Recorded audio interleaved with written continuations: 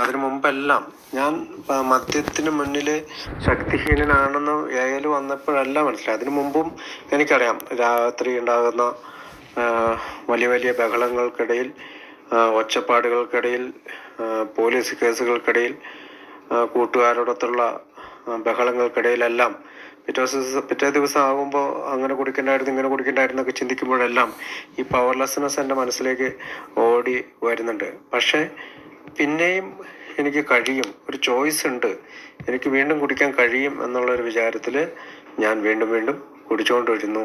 പക്ഷേ എത്തിയപ്പോൾ ഞാൻ മദ്യത്തിന് മുന്നിൽ പവർലെസ്നെസ് എന്ന് എനിക്ക് മനസ്സിലാവുകയും ചെയ്തു. അടുത്ത ചാപ്റ്ററായിട്ടുള്ള ചാപ്റ്റർ 3 മോർ അബൌട്ട് ആൽക്കഹോളിസം, മദ്യാസക്തിയെ പറ്റിയുള്ള കൂടുതൽ കാര്യങ്ങളിൽ പേജ് നമ്പർ 30 മുതൽ 43 വരെ ഈ മദ്യാസക്തിയുടെ പവർലെസ്നെസ്സിനെ കുറിച്ച് പറയുന്നുണ്ട്. അതിൽ പറയുന്ന ഒരു പ്രധാന ഭാഗം ഞങ്ങളെല്ലാം കാലുകൾ നഷ്ടപ്പെട്ട മനുഷ്യർ. പേജ് നമ്പർ 30 പറയുന്നത് എങ്ങനെയാണ്? ഞങ്ങളെല്ലാം കാലുകൾ നഷ്ടപ്പെട്ട മനുഷ്യരെ പോലെയാണ്. അവ ഒരിക്കലും വീണ്ടും വളരുന്നില്ല. ഞങ്ങളുടെ വീടിൻ്റെ അടുത്ത് റോഡരികിൽ കട നടത്തിയിരുന്ന ഒരു ചേട്ടൻ്റെ മേത്തേക്ക് ടിപ്പർ ലോഡ് ഇടിക്കുകയും അദ്ദേഹത്തിൻ്റെ കാല് മുറിച്ച് കളയുകയും ചെയ്തു. കാല് മുറിച്ച് കളഞ്ഞ അദ്ദേഹത്തിന് പിന്നീട് കാല് വളരുകയില്ല. പക്ഷേ അദ്ദേഹത്തിൻ്റെ ഒരു പൊയ്ക്കാലൊക്കെ വെച്ചിട്ട് ഡോക്ടർ അദ്ദേഹത്തിൻ്റെ ഇതിനൊക്കെ വെച്ചിട്ട് അഡ്ജസ്റ്റ് ചെയ്തൊരു പൊയ്ക്കാല് വെച്ച് കൊടുത്തിട്ടുണ്ട്. അപ്പോൾ അത് വെച്ചിട്ടാണ് അദ്ദേഹം നടക്കുന്നത്. അപ്പോൾ പറഞ്ഞു വന്നത്, അമിത മദ്യപാന രോഗിയായ ഒരാൾക്ക് പിന്നീട് നോർമൽ ഡ്രിങ്കർ ആകുവാനായിട്ടുള്ള ഒരു സാധ്യതയും ലോകത്ത് ഇന്ന് വരെയും കണ്ടുപിടിച്ചിട്ടില്ല. അല്ലെങ്കിൽ നമ്മൾ ചിലപ്പോഴൊക്കെ പറയും, 10ാം ക്ലാസ്സിൽ പഠിക്കുന്ന ഒരു കുട്ടിയോട് നഴ്സറി പോയി ഇരിക്കാൻ പറഞ്ഞാൽ ഇരിക്കുമോ? ഇല്ല. കാരണം അദ്ദേഹം 10ാം ക്ലാസ്സിലാണ് പഠിക്കുന്നത്. അപ്പോൾ അത്രയും മദ്യാസക്തി എന്ന് പറയുന്ന രോഗം വളർന്നിരിക്കുന്നു. വീണ്ടും സാധാരണ മദ്യപാനിയാക്കി മാറ്റുന്ന, അല്ലെങ്കിൽ മറ്റുള്ളവരെ പോലെ സോഷ്യൽ ഡ്രിങ്കേഴ്സ് പോലെ കുടിക്കാൻ ശ്രമിക്കുന്ന ഒരാളായി മാറ്റാനായിട്ട് നമ്മളെ കൊണ്ട് സാധിക്കുകയില്ല. ലോകത്തുള്ള പല ചികിത്സാ രീതികളും അതിനു വേണ്ടിയിട്ട് ശ്രമിച്ചിട്ടൊക്കെയുണ്ട്. ബിഗ് ബുക്ക് പറയുന്നത് സങ്കല്പിക്കാവുന്ന തരത്തിലുള്ള എല്ലാ പ്രതിവിധികളും അവർ ശ്രമിച്ചു നോക്കിയെന്നാണ്. ചിലരുടെ കാര്യത്തിൽ കുറഞ്ഞ കാലത്തേക്കൊക്കെ അത് വർക്കൗട്ടായിട്ടുണ്ട്. ചില ചികിത്സാലയത്തിൽ പോകുമ്പോൾ, അല്ലെങ്കിൽ ഡോക്ടർ കുടിക്കണ്ട എന്ന് പറഞ്ഞപ്പോൾ, ഞാൻ 4 വർഷം കുടിക്കാതിരുന്നാണ്. അതിൽ വന്നിട്ടിപ്പോൾ 14 വർഷത്തോളം ആകാൻ പോകുന്നു. അതിനു മുമ്പ് 4 വർഷം ഞാൻ കുടിക്കാതിരുന്നാണ്, ഡോക്ടർ എന്നോട് കുടിക്കരുതെന്ന് പറഞ്ഞിട്ട്. പക്ഷേ ഞാൻ വീണ്ടും കുടിച്ചു. അപ്പോൾ മദ്യപാന രോഗിയെ സാധാരണ കുടിയനാക്കി മാറ്റുന്ന ഒരു കാര്യമില്ല, ഒരു ചികിത്സയില്ല. അതുകൊണ്ട് ഡോക്ടർമാരും അത് തന്നെ സമ്മതിക്കുന്നുണ്ട്. നമ്മളെല്ലാവരും ശ്രദ്ധിച്ചിട്ടുണ്ടാവും, ആൽക്കഹോളിസമിൻ്റെ ഉള്ളിൽ വരുന്ന ആരും അങ്ങോട്ടും ഇങ്ങോട്ടും അമിത മദ്യാസക്തി രോഗി, അല്ലെങ്കിൽ അമിത മദ്യപാന രോഗി എന്നോ, അല്ലെങ്കിൽ നീ രോഗിയാണോ എന്ന് പരസ്പരം പറയാറില്ല. കാരണം അതിനൊരു പ്രധാന കാരണം അമിത മദ്യപാന രോഗിയെന്ന് നമ്മൾ ആരെയും മുദ്രകുത്തില്ലാത്തത് കൊണ്ടാണ്. പക്ഷേ നമ്മൾക്ക് ഓരോരുത്തർക്കും, ഷിബു എന്ന എനിക്ക് എൻ്റെ രോഗനിർണയം നടത്താൻ പറ്റും. കാരണം ബിഗ് ബുക്ക് തന്നെ ഒരു ഉദാഹരണം പറയുന്നുണ്ട്. ഇപ്പോൾ അടുത്തുള്ള ഒരു ഷാപ്പിലേക്ക് മദ്യപിക്കാനായിട്ടൊന്ന് കയറി നോക്കണം, അത് നിയന്ത്രിച്ച് കുടിക്കാനായിട്ട് ശ്രമിച്ചു കഴിഞ്ഞാൽ കുടിക്കാൻ പറ്റില്ല. അപ്പോൾ നമുക്ക് നമ്മുടെ ഏരിയയിൽ വന്നു കഴിയുമ്പോൾ തന്നെ പലരും പറയാറുണ്ട്, ചേട്ടാ ഒരു പാർട്ടിക്ക് പോയതാണ്, ഒരാൾ വെച്ച് നീട്ടി ഒരു ബിയറെടുത്ത് അടിച്ചു, ബിയർ കഴിച്ച് വീണ്ടും 2-3 ബിയർ കഴിച്ച് ഞാൻ വീണുപോയി, അല്ലെങ്കിൽ തുടർച്ചയായിട്ടുള്ള ഒരു കഴിക്കുന്നൊരവസ്ഥയിലേക്ക് ഞാൻ എത്തിച്ചേർന്നു എന്ന് പറയാറുണ്ട്. അപ്പോൾ പരീക്ഷണങ്ങൾ നമ്മളിനി നടത്തേണ്ട കാര്യമില്ല. 1939 എഴുതി വെച്ച ഒരു കാര്യമാണ് നിങ്ങൾ വീണ്ടും പോയി ഒന്ന് പരീക്ഷിച്ച് നോക്കൂ എന്നൊക്കെ പറയുന്നത്. അപ്പോൾ ഇന്ന് നമുക്കതിൻ്റെ ആവശ്യമില്ല. കാരണം ഇത്രയും വർഷങ്ങളായി അനേകം ആളുകൾ എത്തിയിട്ടുണ്ട്. അപ്പോൾ അവരിൽ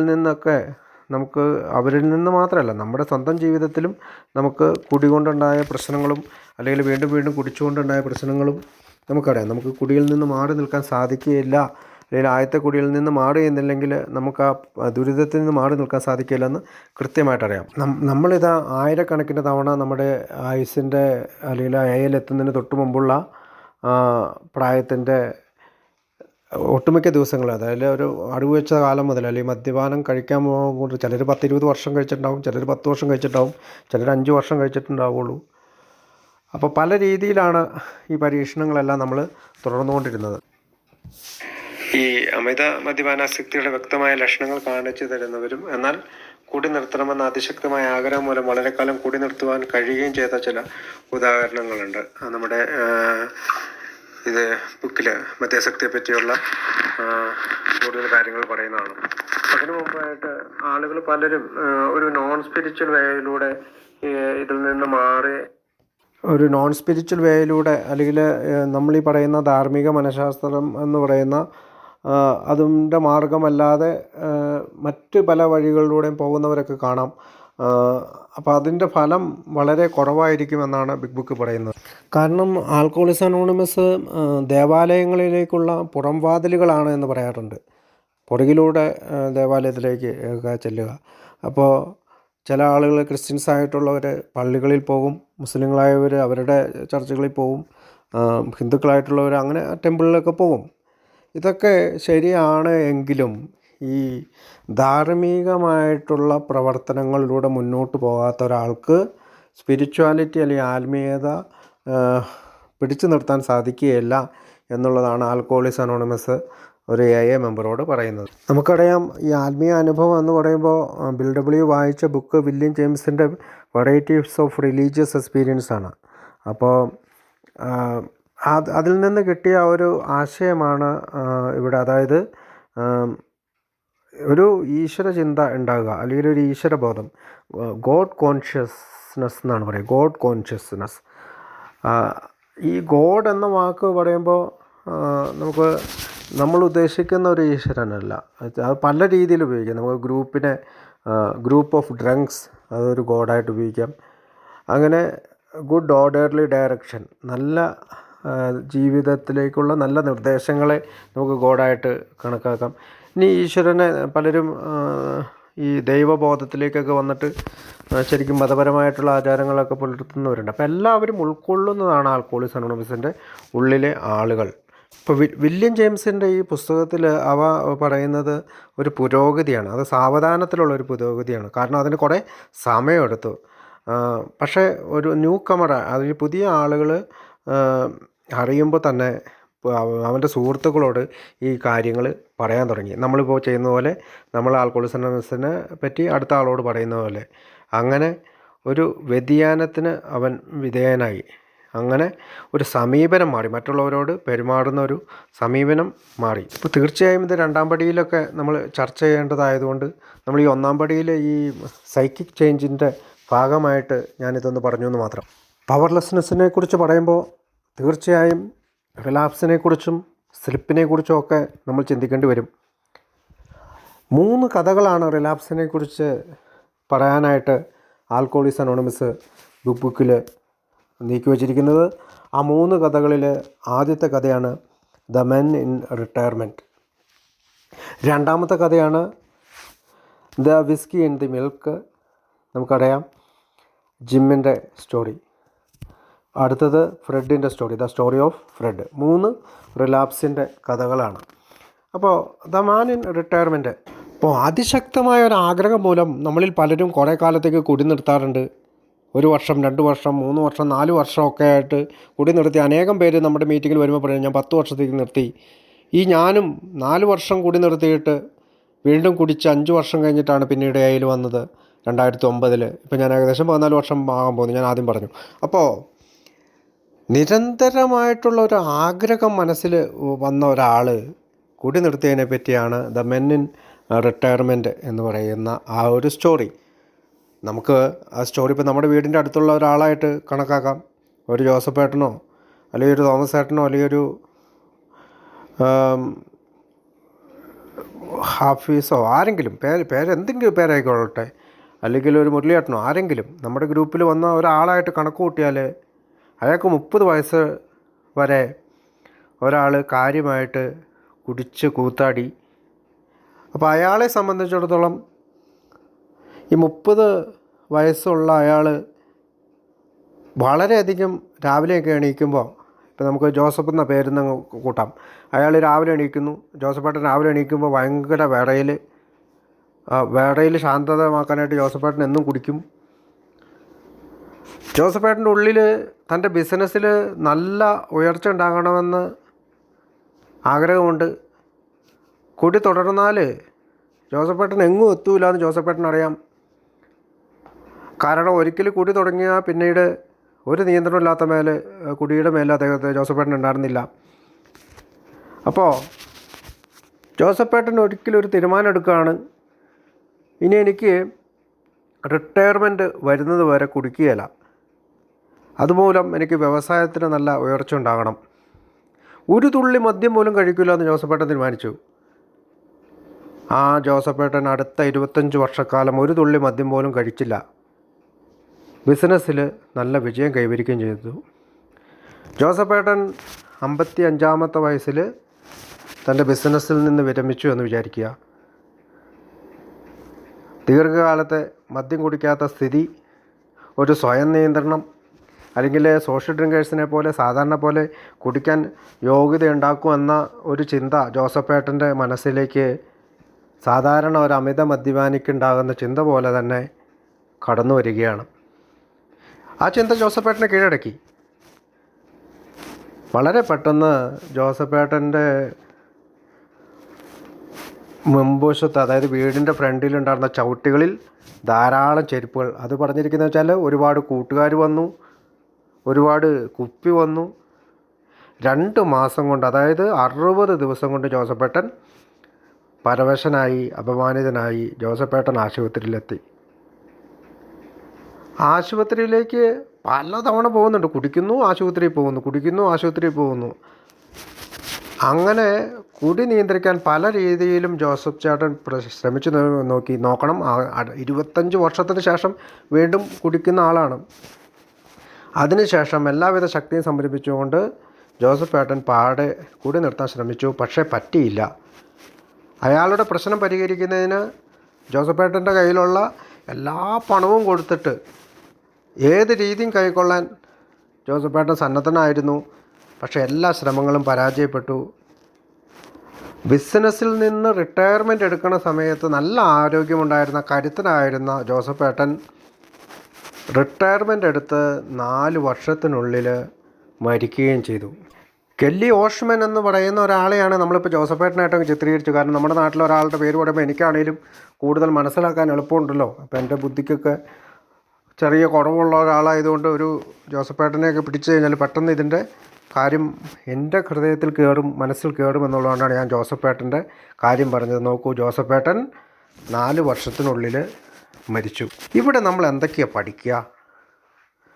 ദീർഘകാലം കുടിക്കാതെ ഇരുന്നതിന് ശേഷം സാധാരണ മട്ടിൽ കുടിക്കാമെന്ന് ജോസഫേട്ടൻ വിശ്വസിച്ച പോലെ നമ്മളിൽ പലരും വിശ്വസിക്കുന്നുണ്ട്.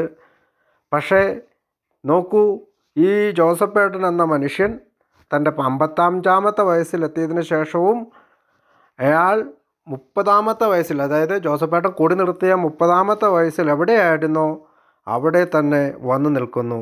അതുകൊണ്ടാണ് ഒരിക്കൽ അമിത മദ്യപാന രോഗിയായി പോയാൽ സദാ മദ്യപാന രോഗിയായിരിക്കുമെന്ന് ആൽക്കഹോളിക്സ് അനോണിമസ് ഒരു തെളിവായിട്ട് സ്വീകരിച്ചത്.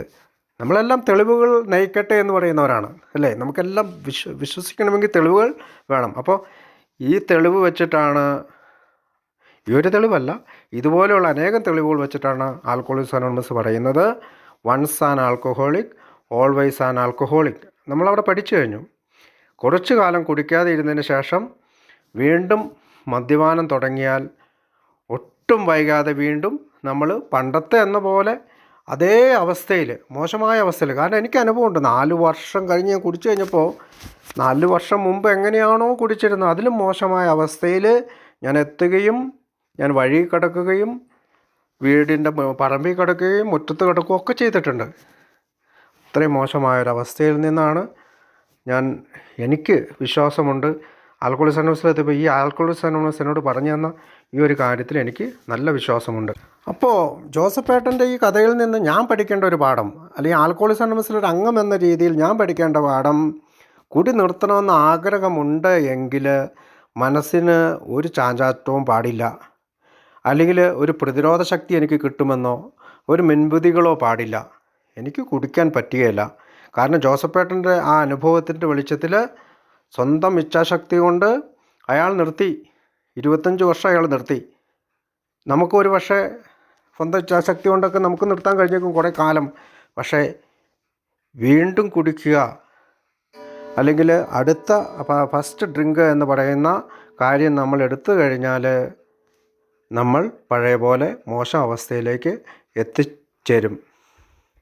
ഒരു കുടി നിർത്തണമെന്ന് യഥാർത്ഥത്തിൽ ആഗ്രഹമുള്ള ആരും വീണ്ടും കുടിക്കാനായിട്ടുള്ള ശ്രമങ്ങൾ എടുക്കുകയില്ല. അപ്പോൾ വിൽ പവർ കൊണ്ട് കുടി നിർത്തിയ ജോസഫേട്ടനെ പോലെ നമുക്കാകാതിരിക്കാം. നമുക്ക് മദ്യപാനാസക്തി എന്ന് പറയുന്ന ഒരു അസുഖമുണ്ട്. അവരിൽ നിന്നും മോചിതനാകാൻ നമുക്ക് സാധിക്കുകയില്ല. അത് 30 വയസ്സ് നിർത്തിയവൻ 55 വയസ്സിൽ കുടിച്ചാലും, 20 വയസ്സിൽ കുടിച്ചവൻ 40 വയസ്സിൽ കുടിച്ചാലും, 20-30 വർഷം നിർത്തിയാലും, 40-50 വർഷം നിർത്തിയാലും നമ്മുടെ വർഷങ്ങളായി കുടിച്ചിരുന്നവരെ പോലെ തന്നെ നിസ്സഹായ വ്യവസ്ഥയിലേക്ക് നമ്മൾ എത്തിച്ചേരുമെന്നാണ് ഈ കഥ ഉദാഹരണമായിട്ട് ആൽക്കഹോളിക്സ് അനോണിമസ് നമ്മുടെ മുമ്പിൽ വയ്ക്കുന്നത്. അപ്പോൾ ഒരാൾ കുടിയനായി തീരണമെങ്കിൽ, മദ്യാസക്തനായി തീരണമെങ്കിൽ ദീർഘകാലം കുടിക്കണമെന്നില്ല. ഇപ്പോൾ ഒരു 18 വയസ്സ് കുടിച്ച ഒരാൾ, ചിലപ്പോൾ ചിലർ 32 വയസ്സിൽ കുടിക്കുന്നവരുണ്ട്, 35-ാമത്തെ വയസ്സിൽ കുടിക്കുന്നവരുണ്ട്, 40-ാമത്തെ വയസ്സിൽ കുടി തുടങ്ങിയവരുണ്ട്. ഇപ്പോൾ 15 വയസ്സിൽ കുടി തുടങ്ങിയ ഒരുത്തൻ പറയാണ്, നീ 40 വയസ്സിലല്ലേ തുടങ്ങിയത്, ഞാൻ 15 വയസ്സിൽ തുടങ്ങിയാണ്, അതുകൊണ്ടാണ് ഞാൻ കുടിയനായി തീർന്നത്. അങ്ങനെയല്ല. ഒരാൾ ഗുരുതരമായ നിലയിലെത്താൻ ദീർഘകാലം കുടിച്ചിരിക്കണമെന്നില്ല, അല്ലെങ്കിൽ ധാരാളം അളവ് മദ്യം കുടിക്കണമെന്നുമില്ല. എനിക്കറിയാം, അവസാന കാലഘട്ടങ്ങളിലൊക്കെ ഒരു ക്വാർട്ടറൊക്കെ ഉണ്ടെങ്കിൽ ഞാൻ മറിഞ്ഞു വീഴുമായിരുന്നു. അപ്പോൾ ഓരോരുത്തരുടെയും ശരീരപ്രകൃതിക്ക് അനുസരിച്ചാണ് ഈ രോഗം. അത് അദ്ദേഹത്തിൻ്റെ എത്ര കാലത്തെ കുടി എന്നുള്ളത് നോക്കിയല്ല, അല്ലെങ്കിൽ ഏതൊക്കെ ബ്രാൻഡ് കുടിച്ചു, എത്ര അളവ് കുടിച്ചു എന്ന രീതിയിലല്ല അദ്ദേഹത്തിന് ആ രോഗം ബാധിക്കുന്നത്. ഇവിടെ സ്ത്രീകളെ സംബന്ധിച്ചിടത്തോളം ഇത് കൂടുതൽ വേഗത്തിൽ അഫക്റ്റ് ചെയ്യുന്നത് നമുക്ക് കാണാം. ഇവിടെ മിക്കവാറും ഞങ്ങളുടെ ഗ്രൂപ്പിലൊക്കെ സ്ത്രീജനങ്ങളാണ് ആണുങ്ങളെക്കാൾ കൂടുതലായി എത്തുന്നത്. അപ്പോൾ നമ്മളൊരു പവർലെസ്നെസ് ആകണമെന്നൊക്കെ മനസ്സിലാക്കി കഴിയുമ്പോൾ ഇത്തരം ധാരാളം യുവാക്കളെ അല്ലെങ്കിൽ യുവജനങ്ങളെയൊക്കെ നമ്മുടെ ചുറ്റും കണ്ടുമുട്ടാൻ കഴിയും. ഈ മദ്യപാനാസക്തിയുടെ ചില ലക്ഷണങ്ങൾ അവരിൽ പ്രകടിപ്പിക്കുന്നത് നമുക്ക് കാണാം. നമ്മൾ പോകുന്ന പല സ്ഥലങ്ങളിലും ഇങ്ങനെ അമിത മദ്യപാന രോഗികളാകാൻ സാധ്യതയുള്ള അനേകം പേരെ കണ്ടുകിടാൻ ഇടയുണ്ട്. അതിന് നമ്മൾ ശ്രമിക്കാറുണ്ട്. അതെന്തുകൊണ്ട് നമ്മൾ കാണണം എന്ന് പറഞ്ഞാൽ, എനിക്കും അങ്ങനെ ആകാതിരിക്കാനായിട്ട് ഒരു ശക്തി കിട്ടുവാൻ വേണ്ടിയാണ്. അപ്പോൾ സ്വന്തം ഇച്ഛാശക്തി ഉപയോഗിച്ച് കുടി നിർത്താമായിരുന്ന സമയത്തിന് ശേഷവും വളരെ വർഷക്കാലം മദ്യപിച്ചു കൊണ്ടിരിക്കുന്നുവെന്ന് കഴിഞ്ഞ കാലത്തേക്ക് തിരിഞ്ഞു നോക്കുമ്പോൾ ഞങ്ങൾക്ക് ബോധ്യമാവുന്നു. ആരെങ്കിലും ഈ അപകട മേഖലയിൽ എത്തിയോ എന്ന സംശയം വരികയാണെങ്കിൽ അയാൾ 1 വർഷത്തേക്ക് മദ്യപാനം തീരെ ഉപേക്ഷിക്കാൻ ശ്രമിക്കട്ടെ എന്നാണ് പറയുന്നത്. ഒരാൾ മദ്യപാനം നിർത്താനായിട്ട് ശ്രമിക്കുന്ന ഒരാൾ 1 വർഷത്തേക്ക് കുടിക്കാതിരിക്കാൻ ശ്രമിക്കട്ടെ. പക്ഷേ യഥാർത്ഥത്തിൽ മദ്യാസക്ത രോഗിയായി തീർന്ന ആൾക്ക് 1 വർഷമെന്നോ 6 മാസമെന്നോ 9 മാസമെന്നോ ഒക്കെ പറഞ്ഞിട്ടുള്ള ഒരു കാലയളവിൽ, അല്ലെങ്കിൽ കുറേ വർഷക്കാലത്തേക്ക് കൂടി നിർത്താമെന്നുള്ള ഒരു കാലയളവിൽ കൂടി നിർത്താനുള്ള ചാൻസ് വളരെ കുറവാണെന്ന് ആൽക്കഹോളിക്സ് അനോണിമസ് പറയുന്നു. ഇനി ബിഞ്ച് ഡ്രിങ്കേഴ്സിനെ പറ്റി പേജ് നമ്പർ 33 പറയുന്നുണ്ട്. നമ്മൾ കേട്ടിട്ടുണ്ട് ബിഞ്ച് ഡ്രിങ്കേഴ്സ്. ഒരു 6 മാസം കൂടി നിർത്തും, പിന്നീട് അവർ 2-3 മാസം കുടിക്കും, പിന്നെ 6 മാസം കൂടി നിർത്തും, പിന്നെ 2-3 മാസം കുടിക്കും. ചിലർ ഒരു 2 മാസം കൂടി നിർത്തും, പിന്നെ 1 മാസം കുടിക്കും. അങ്ങനെയുള്ളവർ. അതിനെപ്പറ്റി ബുക്കിൽ പറയുന്നത്, ദീർഘകാലത്തേക്ക് കൂടി നിർത്താൻ കഴിയുന്ന ആളാണെങ്കിലും ഒരു പക്ഷേ നിങ്ങൾ ശരിയായ മദ്യപാനാസക്തനാകാൻ സാധ്യതയുണ്ട്. ഈ പുസ്തകത്തിലെ വിഷയം ഗ്രഹിച്ചവരിൽ ചിലർക്ക് 1 വർഷത്തേക്കോ മറ്റോ കൂടി നിർത്താൻ കഴിഞ്ഞേക്കാം എന്ന് ഞങ്ങൾ വിചാരിക്കുന്നു. മറ്റു ചിലർ കൂടി നിർത്താൻ തീരുമാനമെടുത്ത് അന്ന് തന്നെ കുടിച്ചുകൊണ്ട് മാത്രമാവും, ബാക്കി മിക്കവരും ചില ആഴ്ചകൾക്കുള്ളിലും. അപ്പോൾ ഈ ബിഞ്ച് ഡ്രിങ്കേഴ്സിൻ്റെ ഏറ്റവും വലിയ പ്രോബ്ലം എന്തെന്ന് വെച്ചാൽ, അവർ കൂടി നിർത്തുന്നത് കൊണ്ട് തന്നെ അവർക്ക് വിൽ പവർ വർദ്ധിക്കുന്നുണ്ട് എന്നുള്ളൊരു തോന്നൽ അവർക്ക് വരും. അതുകൊണ്ട് തന്നെ മറ്റ് അമിത മദ്യാവസ്ഥ രോഗികൾ, ആൽക്കഹോളിക്സ് അനോണിമസിലെത്തുന്നവർ കൂടി നിർത്തുന്നത് പോലെയല്ല ഞങ്ങൾ കൂടി നിർത്തുന്നത്. ഞങ്ങൾക്കതിനുള്ള ഒരു സ്പെഷ്യൽ കൈൻഡ് ഓഫ് എബിലിറ്റി, എനിക്കൊരു പ്രത്യേക കഴിവുണ്ട് എന്നുള്ളൊരു ചിന്തയിലേക്ക് അവർ വരും. അങ്ങനെയുള്ളവർക്ക് ഇടയ്ക്കിടയ്ക്ക് പോയി കുടിക്കും, കുറേ കാലം കുടിക്കാതിരിക്കും. പക്ഷേ അവരും അമിത മദ്യപാന രോഗികളാകാനാണ് സാധ്യതയെന്ന് ബുക്കിൽ പറയുന്നു. അപ്പോൾ ഒരു സാധാരണക്കാരനെ പോലെ, ഒരു സോഷ്യൽ ഡ്രിങ്കറിനെ പോലെ കുടിക്കാൻ സാധിക്കാത്തവർക്ക് തീർച്ചയായും കുടി നിർത്തുക എന്നുള്ളതാണ് ഒരു പോംവഴി. അപ്പോൾ ആൽക്കഹോളിക്സ് അനോണിമസിൻ്റെ ബുക്ക് വായിക്കുന്ന ഒരാൾക്ക് കുടി നിർത്താൻ ആഗ്രഹമുണ്ടെങ്കിൽ അയാൾക്ക് ഒരു ആത്മീയമായ അടിത്തറയിൽ കൂടി അല്ലാതെ കുടി നിർത്താൻ സാധിക്കുമോ എന്നുള്ളത് സംശയമാണ്. കുടിക്കണമോ വേണ്ടോ എന്ന വിവേചന ബോധത്തിന് വേണ്ട ഇച്ഛാശക്തി അയാൾക്ക് എത്രമാത്രം നഷ്ടപ്പെട്ടിരിക്കുന്നു എന്നതിനെ ആശ്രയിച്ചിരിക്കുന്നു എന്ന്. അതായത് എനിക്ക് കൂടി നിർത്തണമെന്ന ആഗ്രഹമുണ്ട്, ആ ആഗ്രഹത്തിന് ഞാൻ എത്രമാത്രം പ്രാധാന്യം കൽപ്പിക്കുന്നു, അതിന് ഇച്ഛാശക്തി എത്രമാത്രമുണ്ട്, വിൽ പവർ എത്രമാത്രം, ആ ആഗ്രഹത്തിന് വിൽ പവർ എത്രമാത്രമുണ്ട്, അതിനെ ആശ്രയിച്ചിരിക്കുന്നു. പലപ്പോഴും ഈ ആഗ്രഹമുണ്ടെങ്കിലും പലപ്പോഴും നമ്മുടെ ഉള്ളിൽ വരുന്ന ആളുകൾ വളരെ പെട്ടെന്ന് തന്നെ വീണു പോകുന്നതൊക്കെയായിട്ട് നമുക്ക് കണ്ടുമുട്ടാം. പക്ഷേ തനിക്ക് മദ്യത്തിന് മുന്നിൽ ശക്തിഹീനനാണ് എന്ന് ഒരു 100% ബോധ്യപ്പെട്ട ഒരാൾ തീർച്ചയായും ഒരു സ്വഭാവശുദ്ധി വരുത്താനായിട്ട് ശ്രമിക്കും. എന്നേക്കുമായി കൂടി നിർത്തണമെന്നുള്ളൊരു ആഗ്രഹത്തെ അവർ വർദ്ധിപ്പിക്കും. അതിൻ്റെ ചില ലക്ഷണങ്ങൾ അവർ പ്രകടിപ്പിക്കും. സ്ഥിരമായി മീറ്റിങ്ങിൽ വരിക, നമ്മുടെ ആൽക്കഹോളിക്സ് അനോണിമസിൽ അംഗങ്ങളുമായി സംസാരിക്കുക, ഒരു സുഹൃത്ത് ബന്ധങ്ങൾ ഉണ്ടാക്കിയെടുക്കുക. അങ്ങനെ അവർ ഈ മദ്യപാനാസക്തിയുടെ ഈ അഡിക്ഷനിൽ നിന്ന് മോചനം നേടുന്നതായി നമുക്ക് കണ്ടുമുട്ടാം. കാരണം ഒരാൾക്ക് കൂടി നിർത്താനുള്ള ഒരു ആഗ്രഹം, അദ്ദേഹത്തിൻ്റെ ആവശ്യം അത് എത്രമാത്രം വലുതായാലും കൂടി നിർത്താനുള്ള ഒരു ദയനീയമായ പ്രാപ്തിയില്ലായ്മ നമ്മൾക്ക് വരുന്നുണ്ട്. ആ പ്രാപ്തിയില്ലായ്മയിൽ നിന്ന് പ്രാപ്തിയിലേക്ക് എത്തുക എന്നുള്ളതാണ് ആൽക്കഹോളിക്സ് അനോണിമസിൻ്റെ 12 പടികൾ നമ്മളെ സഹായിക്കുന്നത്. ഒരാൾ മദ്യാസക്തനാണോ അല്ലയോ എന്ന് തീരുമാനിക്കുന്നത് അയാളാണെന്ന് നമ്മൾ ആദ്യമേ കണ്ടു. അപ്പം അതിന് സഹായിക്കുന്ന ചില കാര്യങ്ങളാണ് ആൽക്കഹോളിക്സ് അനോണിമസിൻ്റെ ബുക്കിൽ ഈ കഥകളുടെ രൂപത്തിൽ, അനുഭവങ്ങളുടെ രൂപത്തിൽ വിവരിച്ചിരിക്കുന്നത്. ഈ കുറച്ചുനാൾ കുടിക്കാതിരിക്കുക എന്നുള്ള പരീക്ഷണം നമ്മളിലെല്ലാവരും തന്നെ, ഞാൻ ഉൾപ്പെടെയുള്ള അംഗങ്ങൾ സ്വീകരിച്ചിട്ടുള്ളതാണ്. പക്ഷേ അവശന്മാരായി അല്ലെങ്കിൽ ശാരീരികമായി അസ്വസ്ഥതയുള്ളവരായി വൈദ്യശാസ്ത്ര മേഖലയെ ആശ്രയിക്കുകയാണ് പലപ്പോഴും നമ്മൾ ചെയ്തിട്ടുള്ളത്. അതുകൊണ്ട് മദ്യപാനത്തിന് മുമ്പായി ഒരു മാനസികാവസ്ഥ അല്ലെങ്കിൽ മെൻ്റൽ ഒബ്സഷൻ നമുക്കുണ്ടാകുന്നുണ്ട്. അതാണ് പ്രശ്നത്തിൻ്റെ പ്രധാന കാതൽ, അല്ലെങ്കിൽ മദ്യാസക്തി എന്ന പ്രശ്നത്തിൻ്റെ പ്രധാന കാതൽ. വീണ്ടും കുടിയുടെ അല്ലെങ്കിൽ ആദ്യത്തെ കുടിയുടെ ഫസ്റ്റ് ഡ്രിങ്കിൻ്റെ ആദ്യത്തെ കാതൽ. അതുകൊണ്ട് ദാരുണമായ ആദ്യത്തെ കുടിയിൽ നിന്ന് അല്ലെങ്കിൽ ആവർത്തിക്കുന്ന ആദ്യത്തെ കുടി എന്ന് പറഞ്ഞാൽ എല്ലാ ദിവസവും കുടിച്ചുകൊണ്ടിരിക്കണം. നമ്മൾ പലപ്പോഴും രാവിലെ എണീക്കുമ്പോൾ ഞാൻ വൈഫും ഒക്കെ ആയിട്ട് പ്രശ്നങ്ങളുണ്ടാക്കി ഇന്ന് കുടിക്കുന്നില്ല എന്ന് ചിന്തിക്കുമ്പോഴും 12 മണി 1 മണിയൊക്കെ ആകുമ്പോഴത്തേക്ക്, ഉച്ചയാകുമ്പോഴത്തേക്ക് ഞാൻ ഓടുകയാണ് ആദ്യത്തെ കുടിയിലേക്കുള്ള ദാരുണമായ ഓട്ടം. അപ്പോൾ അതിന് പ്രധാന കാരണം തിങ്കിങ് ആണ്. മദ്യപാനാസക്തിയിൽ മുറ്റി നിൽക്കുന്ന ചിന്താഗതികൾ അത് പല രീതിയിലായിരിക്കും. ഒരു പക്ഷേ ഭാര്യ ഇയാളെ ഉപേക്ഷിച്ചേക്കാമെന്നൊക്കെ തീരുമാനിച്ചിരിക്കുന്ന ഡൈവോഴ്സിൻ്റെ ലെറ്ററൊക്കെ വീട്ടിൽ വന്ന് കിടക്കുകയായിരിക്കും. അല്ലെങ്കിൽ മക്കൾ എല്ലാം അനാഥാലയത്തിലാകും. പലപ്പോഴും എൻ്റെ ഒരു സുഹൃത്തായ മെമ്പർ പറയാറുണ്ട്, അദ്ദേഹത്തിൻ്റെ വീട്ടിൽ 3 വേലക്കാരുണ്ടായിരുന്നു.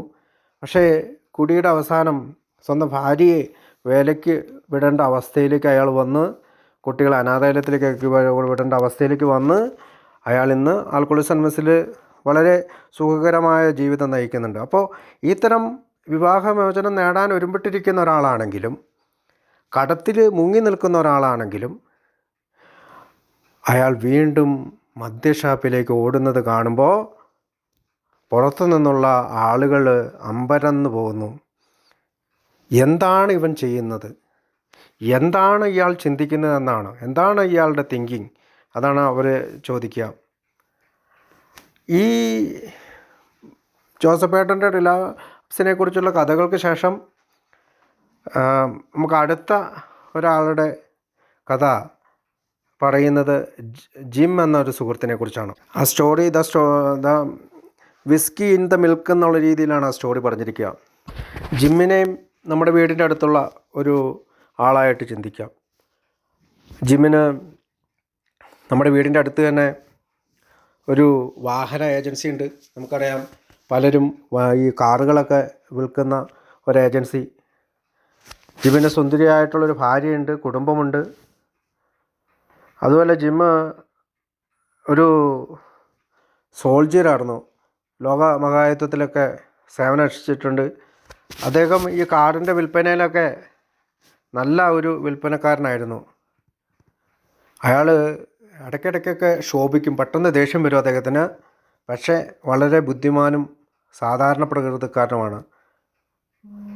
തൻ്റെ 35-ാം വയസ്സ് വരെ അയാൾ മദ്യം കഴിച്ചില്ല. 35-ാമത്തെ വയസ്സ് വരെ മദ്യം കഴിച്ചിട്ടില്ലാത്ത ഇയാൾ മദ്യം കഴിച്ചു തുടങ്ങിയത് 35-ാമത്തെ വയസ്സിലാണ്. പക്ഷേ ചില വർഷങ്ങൾക്കുള്ളിൽ തന്നെ കുടിച്ചുന്മാത്തനായി വളരെ ആക്രമാസക്ത നിലയിലെത്തുകയും ഈ പറയുന്ന റീഹാബിലിറ്റേഷൻ സെൻറ്ററിലൊക്കെ അടയ്ക്കേണ്ട ഒരു അവസ്ഥയിലേക്ക് ഈ ഓട്ടോമൊബൈൽ സെയിൽ ചെയ്യുന്ന അല്ലെങ്കിൽ കാർ സെയിൽ ചെയ്യുന്ന ഇയാൾക്ക് എത്തിച്ചേരേണ്ടി വരുന്നു. രക്ഷാ കേന്ദ്രങ്ങളിൽ നിന്ന് പുറത്തു വന്ന അയാൾ ഒരിക്കൽ ആൽക്കോളിക്സ് അനോണിമസിന് ബന്ധപ്പെട്ടു. ഇതിനിടയിൽ അദ്ദേഹത്തിൻ്റെ ഈ കുടി മൂലം അദ്ദേഹം നടത്തിയിരുന്ന ആ കാറിൻ്റെ വിൽപ്പനശാല നഷ്ടപ്പെട്ടിരുന്നു. ഏതായാലും ആൽക്കോളിക്സ് അനോണിമസിൽ അവസാനം അദ്ദേഹം എത്തിക്കഴിഞ്ഞപ്പോൾ ആൽക്കോളിക്സ് അനോണിമസിലെ അംഗങ്ങൾ അയാളോട് നമ്മുടെ പ്രശ്നങ്ങൾക്ക് എങ്ങനെ ഉത്തരം കണ്ടെത്തി അല്ലെങ്കിൽ മദ്യാസക്തിയെപ്പറ്റി നമ്മൾക്കറിയാവുന്ന കാര്യങ്ങളെല്ലാം പങ്കുവച്ചു. ഈ ജിം എന്ന് പറയുന്ന നമ്മുടെ ഈ കാർ സെയിൽ ചെയ്യുന്ന ആൾ നമ്മളോടൊപ്പം കൂടി നമ്മുടെ പരിപാടിയിലൊക്കെ പങ്കെടുക്കാൻ തുടങ്ങി. അയാളുടെ കുടുംബം ഒന്നിച്ചുകൂടി. അയാൾ മദ്യപിച്ച് നഷ്ടപ്പെടുത്തിയ ആ കാർ കടയിൽ തന്നെ അല്ലെങ്കിൽ കാർ വിൽപ്പനശാലയിൽ തന്നെ സ്ഥാപനത്തിൽ തന്നെ വീണ്ടും ജോലി ചെയ്യാൻ തുടങ്ങി. അപ്പോഴാണ് ജിമ്മിനൊരു പ്രശ്നം ഉണ്ടാകുന്നത്.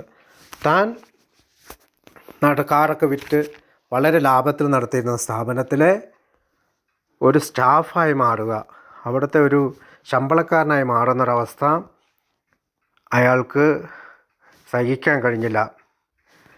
കുറച്ച് കാലമൊക്കെ അയാൾ വളരെ നന്നായി സ്റ്റാഫായി തന്നെ തുടർന്നെങ്കിലും അയാൾ തൻ്റെ ആത്മീയ ചിന്താഗതികൾ വിശാലമാക്കാൻ ശ്രമിച്ചില്ല.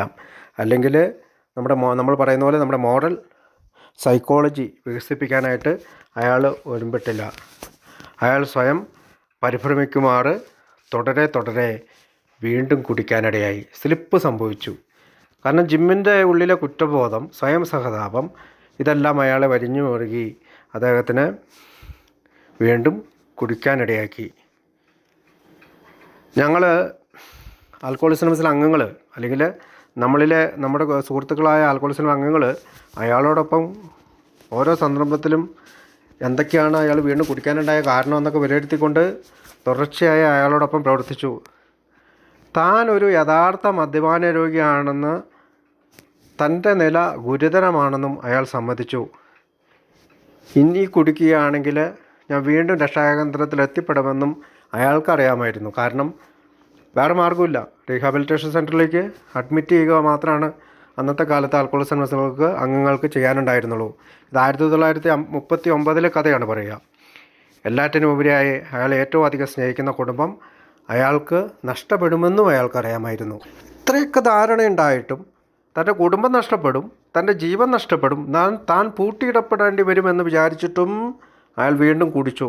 അതെങ്ങനെ സംഭവിച്ചുവെന്ന് ഒരു ദിവസം അയാളോട് ഒന്ന് വിവരിക്കണമെന്ന് നമ്മളിൽ അംഗങ്ങൾ പറഞ്ഞു. അയാൾ പറഞ്ഞ കഥ ഇതാണ്. ചൊവ്വാഴ്ച രാവിലെ ജിമ്മ് തൻ്റെ കടയിൽ, തൻ്റെ സ്വന്തമായിരുന്ന കടയിൽ, ഇപ്പോൾ സ്റ്റാഫായി വർക്ക് ചെയ്യുന്ന കടയിൽ ചെന്നു. അദ്ദേഹത്തിന് അന്ന് തൻ്റെ സ്വന്തമായിരുന്ന കടയിലെ സ്റ്റാഫായിരുന്ന ആ ഒരു അവസ്ഥയെക്കുറിച്ച് കൂടുതൽ ചിന്തിച്ച് അദ്ദേഹം വല്ലാതെ വൃത്തത്തിലായി, അല്ലെങ്കിൽ ഒരു പ്രയാസം അയാളുടെ ഉണ്ടാക്കി. അന്ന് ആ കടയുടെ മുതലാളിയോട്, അല്ലെങ്കിൽ ഇയാളുടെ കടയിൽ നിന്ന് ഈ കട വാങ്ങിയ മുതലാളിയോട് ഗൗരവത്തോടെ അല്ലെങ്കിലും കുറച്ച് ദേഷ്യത്തിൽ ഇദ്ദേഹത്തിന് സംസാരിക്കേണ്ടി വന്നു. കാറിൻ്റെ വിൽപ്പനയ്ക്കായിട്ട് തൊട്ടടുത്ത ഒരു ഗ്രാമമുണ്ട്. ആ വില്ലേജിലേക്ക് കാറ് ഇടയ്ക്കിടയ്ക്ക് അയാൾ അവിടെ പോകാറുള്ളതാണ്. അപ്പോൾ അങ്ങനെ പോകാനായിട്ട് അയാൾ ഈ വണ്ടി എടുത്തുകൊണ്ട് അങ്ങ് പോവുകയാണ്. അപ്പോൾ വഴിയിൽ വെച്ചിട്ട് നല്ല വിശപ്പ്. അപ്പോൾ വഴിയിൽ വണ്ടി ഇട്ടിട്ട് ഈ ബാർ റെസ്റ്റോറൻറ്റിൽ, അല്ലെങ്കിൽ നമ്മൾ നാട്ടിൽ പറയുന്നത് മദ്യ ഷോപ്പോട് കൂടിയ കടയിൽ ഹോട്ടലിൽ കയറിയിരുന്ന് ഭക്ഷണം കഴിക്കണമെന്നുള്ള ഉദ്ദേശത്തിൽ തന്നെയാണ് ജിമ്മ് അവിടെ കയറുന്നത്. നേരത്തെ ഇവിടെ പലതവണ ഭക്ഷണം കഴിക്കാനായിട്ട് ജിമ്മ് വന്നിട്ടുണ്ട്. അന്നൊന്നും ഇയാൾ മദ്യം കഴിച്ചിട്ടില്ല. അങ്ങനെ അവിടെ നേരത്തെ പല ആളുകളും ഇയാളുടെ കയ്യിൽ നിന്ന് കാറ് വാങ്ങിയിട്ടുണ്ട്. അപ്പോൾ ഈ ഒരു തോന്നലിലാണ് ഈ പ്രദേശത്തേക്ക് അയാൾ പോകുന്നത്. ഒരു മേശയ്ക്ക് അരികിൽ അദ്ദേഹം ഇരുന്ന ശേഷം ഒരു പ്ലേറ്റ് റൊട്ടിക്കും ഒരു പ്ലേറ്റ് പാലിനും വേണ്ടിയിട്ട് ജിമ്മ് ഓർഡർ കൊടുക്കുകയാണ് ഈ റെസ്റ്റോറൻറ്റിൽ. അപ്പോഴും ഇദ്ദേഹത്തിന് മദ്യം കഴിക്കണമെന്നൊരു വിചാരമേ ഇല്ല. വീണ്ടും അയാൾ ഒരു പ്രാവശ്യം കൂടി ഓർഡർ കൊടുത്തു, ഒരു പ്ലേറ്റ് റൊട്ടിക്കും ഒരു ഗ്ലാസ് പാലിനും. ഈ വയറ് നിറഞ്ഞിരിക്കുന്നു. അപ്പോഴാണ് ഒരു ചിന്ത പെട്ടെന്ന് ജിമ്മിൻ്റെ മനസ്സിലേക്ക് വരുന്നത്. ഇപ്പോൾ നന്നായി വയറ് നിറഞ്ഞിട്ടുണ്ട്, അപ്പോൾ ഈ പാലിലേക്ക് കുറച്ച് വിസ്കിയും കൂടി ഒഴിച്ച് കഴിഞ്ഞാൽ തനിക്കൊരു കുഴപ്പമുണ്ടാവില്ല. കാരണം വയറ് നിറഞ്ഞിരിക്കുന്നത് കൊണ്ട് തനിക്ക് പൂസാവുകയില്ല എന്നുള്ള, അല്ലെങ്കിൽ കുഴപ്പമുണ്ടാവുകയില്ല എന്നുള്ളൊരു ചിന്ത അദ്ദേഹത്തിൻ്റെ മനസ്സിലേക്ക് വളരെ പെട്ടെന്ന് പാഞ്ഞു കയറി. വിസ്കിക്ക് ഓർഡർ കൊടുത്ത് അത് പാലിലൊഴിച്ചു. തൻ്റെ പ്രവൃത്തി ബുദ്ധിപരമല്ലെന്ന് തോന്നിയെങ്കിലും നിറഞ്ഞ വയറിലാണ് വിസ്കി ഒഴിക്കുന്നതെന്നുള്ളത് ധാരണ, അല്ലെങ്കിൽ അങ്ങനെയുള്ള ഒരു തെറ്റായ ചിന്ത. നമ്മൾ പറയാറുണ്ട് തിങ്കിങ് ഈസ് ദ പ്രോബ്ലം എന്ന്. അപ്പോൾ തെറ്റായ ചിന്ത അയാളിലേക്ക് വന്നു. ഈ പരീക്ഷണം വിജയിച്ചതുകൊണ്ട് ഞാൻ വീണ്ടും ഒരു വിസ്കിക്കും പാലിനും ഓർഡർ കൊടുത്തു. ശല്യമുണ്ടാക്കാത്തത് കാരണം വീണ്ടും മദ്യം കഴിച്ചു. അങ്ങനെ പല ആവർത്തി മദ്യം കഴിച്ച അയാൾ രക്ഷാകേന്ദ്രത്തിലേക്ക് അല്ലെങ്കിൽ ചികിത്സാ കേന്ദ്രത്തിലേക്ക് വീണ്ടും യാത്ര തുടർന്നു. അപ്പോൾ നമ്മൾ ഈ റിലാപ്സിനെ കുറിച്ച് ചിന്തിക്കുമ്പോൾ നമുക്ക് മനസ്സിലാവും, അയാൾക്കറിയാം മദ്യം കൊണ്ട് അദ്ദേഹത്തിനുണ്ടായ ശാരീരിക ക്ലേശങ്ങളറിയാം, കുടുംബത്തിലെ കാര്യങ്ങളറിയാം, അയാൾ ചികിത്സാ കേന്ദ്രത്തിൽ പോകുമെന്നറിയാം. പക്ഷേ അയാൾക്ക് മദ്യപൻ എന്ന രീതിയിൽ എല്ലാ വ്യക്തിപരമായ അറിവുകളുണ്ടായിരുന്നിട്ടും പാലിൽ കലർത്തി വിസ്കി കഴിക്കാമെന്നുള്ള വിഡ്ഢിത്തം നിറഞ്ഞ ഒരാശയമാണ് അദ്ദേഹത്തിൻ്റെ ചിന്തയിലേക്ക് വന്ന് അദ്ദേഹത്തിൻ്റെ എല്ലാവിധ ആശയങ്ങളെയും തള്ളി നീക്കി, അല്ലെങ്കിൽ കുടിക്കരുതെന്നുള്ള ആശയങ്ങളെയും തള്ളി നീക്കി, അല്ലെങ്കിൽ അദ്ദേഹത്തിൻ്റെ മദ്യാസക്തൻ എന്നുള്ള എല്ലാ നിർവചനങ്ങളെയും മാറ്റി വെച്ചുകൊണ്ട് വീണ്ടും അയാൾ കുടിച്ചു. അതിനാണ് ഭ്രാന്ത് എന്ന് പറയുന്നത്. ബുദ്ധിയില്ലായ്മയെയും നേരായ മാർഗത്തിൽ ചിന്തിക്കാനുള്ള കഴിവില്ലാത്ത അസന്തുലിതാവസ്ഥയെയും ഭ്രാന്ത് എന്നല്ലാതെ മറ്റെന്താണ് വിളിക്കുക എന്നാണ് ബിഗ് ബുക്കിൽ ചോദിക്കുക. അപ്പോൾ ജിമ്മിൻ്റെ സ്റ്റോറിയിൽ റിലാപ്സ് നമ്മളെ പഠിപ്പിക്കുന്നത് നമ്മുടെ തെറ്റായ ചിന്തകൾ നമ്മളെ വീണ്ടും സ്ലിപ്പിലേക്കോ റിലാപ്സിലേക്കോ എത്തിച്ചേക്കാം. ജിമ്മിന് സംഭവിച്ചത് നമ്മുടെ ജീവിതത്തിൽ പലപ്പോഴും സംഭവിക്കാറുണ്ട്. ഇത്തരം ചിന്തകളൊക്കെ നമ്മുടെ സന്തത സഹചാരികളാണെന്ന് വേണമെങ്കിൽ പറയാം. ഒന്ന് കല്യാണത്തിന് പോകുമ്പോൾ കുടിച്ചേക്കാം, അല്ലെങ്കിൽ ഒരു ബർത്ത്ഡേക്ക് പോകുമ്പോൾ കുടിച്ചേക്കാം, അല്ലെങ്കിൽ ഇന്ന് ഒരെണ്ണം അടിക്കുന്നുള്ളൂ. ഞാനൊക്കെ ആണെങ്കിൽ ഫ്രിഡ്ജിൽ ഒരു ക്വാർട്ടർ മേടിച്ച് വെക്കും, എന്നിട്ട് അന്ന് കുടിക്കുന്നില്ല എന്ന് തീരുമാനിക്കും. പക്ഷേ ആ ക്വാർട്ടർ കടിച്ച് കഴിയുമ്പോൾ വീണ്ടും ഞാൻ കുടിക്കുന്നൊരവസ്ഥയിലേക്ക്, അല്ലെങ്കിൽ ജിമ്മിനെ പോലെയാണ് വീണ്ടും കുടിക്കുന്നൊരവസ്ഥയിലേക്ക് നമ്മൾ പലരും എത്തിച്ചേർന്നിട്ടുണ്ട്. എപ്പോഴെല്ലാം കുടിച്ചിട്ടുണ്ടെങ്കിലും ചില കഴിവുകൾ പറയുക, ചില ന്യായീകരണങ്ങൾ നടത്തുക എന്നുള്ളൊരു ഭ്രാന്തമായ ഒരവസ്ഥയിൽ തന്നെയായിരുന്നു, അല്ലെങ്കിൽ അങ്ങനെയുള്ള ഒരു മാനസിക പ്രവണതയിൽ തന്നെയായിരുന്നു നമ്മളിൽ പലരും, അല്ലെങ്കിൽ ഞാൻ ഉൾപ്പെടെയുള്ള ഷിബു ഉൾപ്പെടെയുള്ള എല്ലാവരും തന്നെ. കാരണം കഴിവ് പറയുക, നിസ്സാരമായിട്ടുള്ള എന്തെങ്കിലും കാര്യങ്ങൾ പറയുക, അവൻ കാരണം കുടിച്ചു, ഇവൻ കാരണം കുടിച്ചു, കൂട്ടുകാരൻ ലീവിന് വന്നപ്പോൾ കുടിച്ചു, ഞാൻ അവിടെ പോയപ്പോൾ കുടിച്ചു, അവരെന്നെ നോക്കിയപ്പോൾ കുടിച്ചു, ഇവിടെ നിന്ന് നോക്കിയപ്പോൾ കുടിച്ചു എന്നൊക്കെ പറയുന്ന പല കാര്യങ്ങൾ പറഞ്ഞുകൊണ്ട് ഈ ഭ്രാന്തനാശയം മാത്രം എപ്പോഴും വിജയിച്ചു നിന്നു. ഏത് ഭ്രാന്തമായ ആശയം? വീണ്ടും കുടിക്കുക എന്നുള്ളത്. പിറ്റേ ദിവസം ഇതെങ്ങനെ സംഭവിച്ചിട്ടുണ്ടാകുമെന്ന് നമ്മളാകെ ആത്മാർത്ഥതയോടും നേരായൊക്കെ ചെന്ന് ചിന്തിക്കുകയും ഒക്കെ ചെയ്യും, അല്ലെങ്കിൽ നമ്മളോട് തന്നെ നമ്മളത് ചോദിക്കും. പക്ഷേ ശരീരത്തിൻ്റെ പിരിമുറുക്കം കൊണ്ടോ ദേഷ്യം കൊണ്ടോ അല്ലെങ്കിൽ ദുഃഖം കൊണ്ടോ ഒക്കെ പല കാരണങ്ങൾ കൊണ്ട് മനഃപൂർവ്വം കുടിച്ചുന്മത്തനാകുക എന്നുള്ളൊരാശയത്തിലേക്ക് നമ്മളറിയാതെ വഴുതി വീഴുകയാണ് മിക്കവാറും ചെയ്യാറുള്ളത്. പക്ഷേ ഇന്ന് നമുക്കറിയാം, വീണ്ടും കുടിക്കുക എന്നുള്ള ഒരാശയം, അല്ലെങ്കിൽ എന്തെങ്കിലും കഴിവുകൾ പറഞ്ഞ് വീണ്ടും കുടിക്കുക എന്നുള്ളൊരാശയം ശരിക്കും തനി ഭ്രാന്തമായിട്ടുള്ള, അല്ലെങ്കിൽ ആൽക്കഹോളിസം മദ്യാസക്തരുടെ ഒരു സ്വഭാവമാണ് എന്ന് നമുക്കിപ്പോൾ സമ്മതിക്കാൻ പറ്റും. വെറുതെ ഒരു രസത്തിന് വേണ്ടിയല്ലാതെ മനഃപൂർവ്വം ഞങ്ങൾ കുടിക്കാൻ ആരംഭിച്ചപ്പോൾ അങ്ങനെ കുടിക്കുന്നതിൻ്റെ അനന്തരഫലം എന്തായിരിക്കുമെന്ന് ഫലപ്രദമായും ഗൗരവപൂർണമായും ഇപ്പോൾ നമുക്ക് കാണാൻ കഴിയുന്നുണ്ട്. കാരണം വീണ്ടും കുടിച്ചാൽ എന്ത് സംഭവിക്കുമെന്ന് കൃത്യമായി നമ്മൾക്കിപ്പോൾ കൃത്യമായി കാണാം. അപ്പോൾ വീണ്ടും കുടിയെപ്പറ്റി, ഫസ്റ്റ് ഡ്രിങ്കിനെ പറ്റി നമ്മൾ ചിന്തിക്കുമ്പോൾ മറ്റൊരു കഥ നമ്മുടെ ബുക്കിൽ പറയുന്നുണ്ട്. അതിങ്ങനെയാണ്: ഒരാൾ എല്ലാ ദിവസവും റോഡ് ക്രോസ് ചെയ്യും. അയാൾക്കതൊരു ഹരമാണ്. തിരക്കിട്ട വണ്ടികളെല്ലാം പോകുന്ന സ്ഥലമാണ്, വണ്ടികൾ ഇടിക്കാൻ സാധ്യതയുണ്ട്. പക്ഷെ കണ്ണും പൂട്ടി തന്നിഷ്ടത്തോടെ അയാൾ റോഡ് ക്രോസ് ചെയ്യും. പലപ്പോഴും ആ നാട്ടിലെ ആളുകൾ അയാളോട് റോഡ് ക്രോസ് ചെയ്തെന്ന് പറഞ്ഞാലും സ്നേഹസമ്പൂർണ്ണമായിട്ടുള്ള പല കാര്യങ്ങൾ പറഞ്ഞു കൊടുത്താലും ആ മുന്നറിയിപ്പുകളെല്ലാം അവഗണിച്ചുകൊണ്ട് അയാൾ ഈ പണി തുടരും. പക്ഷേ ഒരു തമാശക്കാരനായി തുടർന്ന അയാൾ ഭാഗ്യം അയാൾ വിട്ടൊഴിയുകയും തുടരെ വണ്ടി ഇടിക്കുകയും തുടരെ അദ്ദേഹം ആശുപത്രിയിൽ അഡ്മിറ്റ് ആവുകയൊക്കെ ചെയ്യുന്നുണ്ട്. സാമാന്യ ബുദ്ധിയുണ്ടെങ്കിൽ ഒരാൾ ഈ പണിക്ക് പോകില്ല എന്ന് നമുക്ക് വിചാരിക്കും. പക്ഷേ ഇയാൾക്ക് അതൊരു ഹരമാണ്. ഒരിക്കൽ റോഡ് ക്രോസ് ചെയ്യുമ്പോൾ വണ്ടി ഇടിച്ച് തലയോട്ടിക്ക് പരിക്കേൽക്കുന്നുണ്ട്. പക്ഷെ എന്നാലും അയാൾ ചികിത്സ കഴിഞ്ഞ് ആശുപത്രിയിൽ നിന്ന് പുറത്തിറങ്ങിയ പാടെ തന്നെ വളരെ സ്പീഡിൽ വന്ന മറ്റൊരു വാഹനം തട്ടി അയാളുടെ കൈകൾ ഒടിയുന്നുണ്ട്. ചീറിപ്പായുന്ന വാഹനങ്ങൾക്കിടയിൽ തൻ്റെ ഈ പറയുന്ന വളരെ ഭ്രാന്തമായ അല്ലെങ്കിൽ വട്ടുള്ള ഈ കുറുകെ ചാടൽ എന്നേക്കുമായി അയാൾ അവസാനിപ്പിക്കുമെന്ന് അയാൾ സത്യം ചെയ്യുന്നു. കൈ ഒടിഞ്ഞതുകൊണ്ട് അയാൾ സത്യം ചെയ്യുന്നു. എന്നാൽ ഏതാനും ദിവസങ്ങൾക്ക് ശേഷം അയാളുടെ കാലുകൾ ഒടിഞ്ഞ്, കാരണം അദ്ദേഹം വീണ്ടും ആ റോഡ് ക്രോസ് ചെയ്ത് കാലുകൾ ഒടിഞ്ഞ് ആശുപത്രിയിലാകുന്നു. കാലങ്ങളോളം അദ്ദേഹം ഈ പെരുമാറ്റം തുടരുന്നു. താനിനി നടുറോഡിൽ നിന്ന് മാറി നടന്നുകൊള്ളാമെന്ന് പ്രതിജ്ഞ ചെയ്യുന്നുണ്ട്, അല്ലെങ്കിൽ മറ്റുള്ളവരോട് അത് പ്രോമിസ് ചെയ്യുന്നുണ്ട്.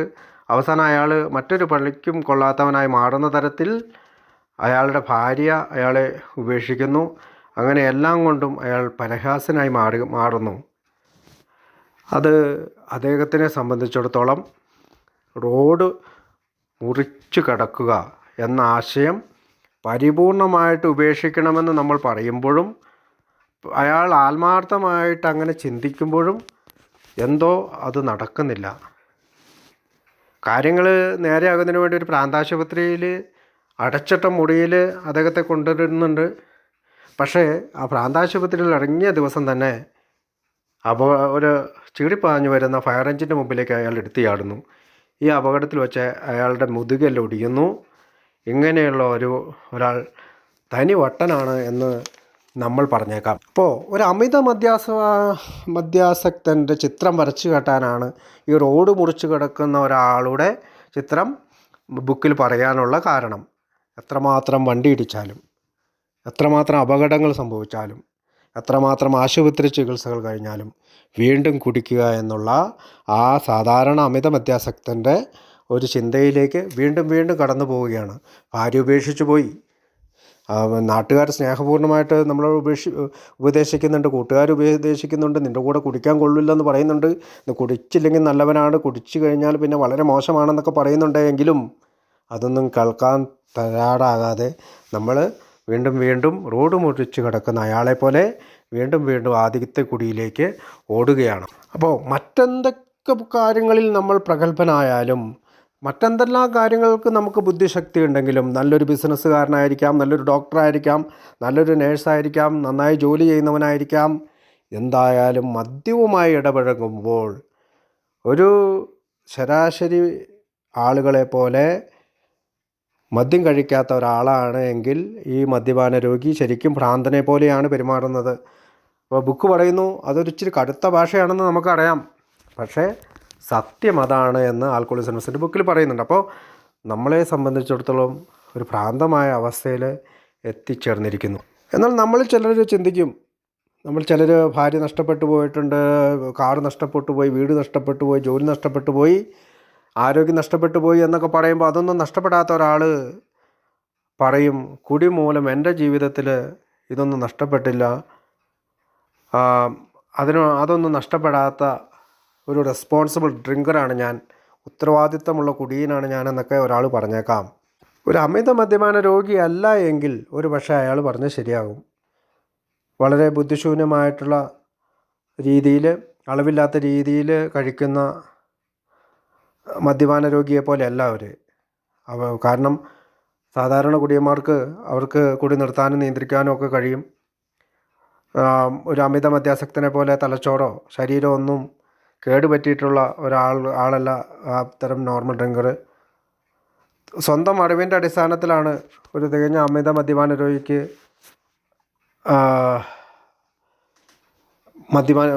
സ്വന്തം അറിവിൻ്റെ അടിസ്ഥാനത്തിലൊക്കെ ഒരു പക്ഷേ ഒരു അമിത മദ്യപാന രോഗി അല്ലാത്ത ആൾക്ക് കുടി നിർത്താൻ സാധിച്ചേക്കും. അപ്പോൾ ഇത്തരം ഉദാഹരണങ്ങളിലൂടെ ഒരു ആൽക്കഹോളിക് അനോണിമസിൽ അംഗത്തിൻ്റെ ബ്രെയിനിലേക്ക് ചില ആശയങ്ങൾ കടത്തി വിടുവാനാണ് ആൽക്കഹോളിസം അനോണിമസിലെ ബുക്ക് ശ്രമിക്കുന്നത്. അടുത്ത റിലാപ്സിനെ കുറിച്ച് പറയുന്നത് ഫ്രെഡിൻ്റെയാണ്, ദ സ്റ്റോറി ഓഫ് ഫ്രെഡ്.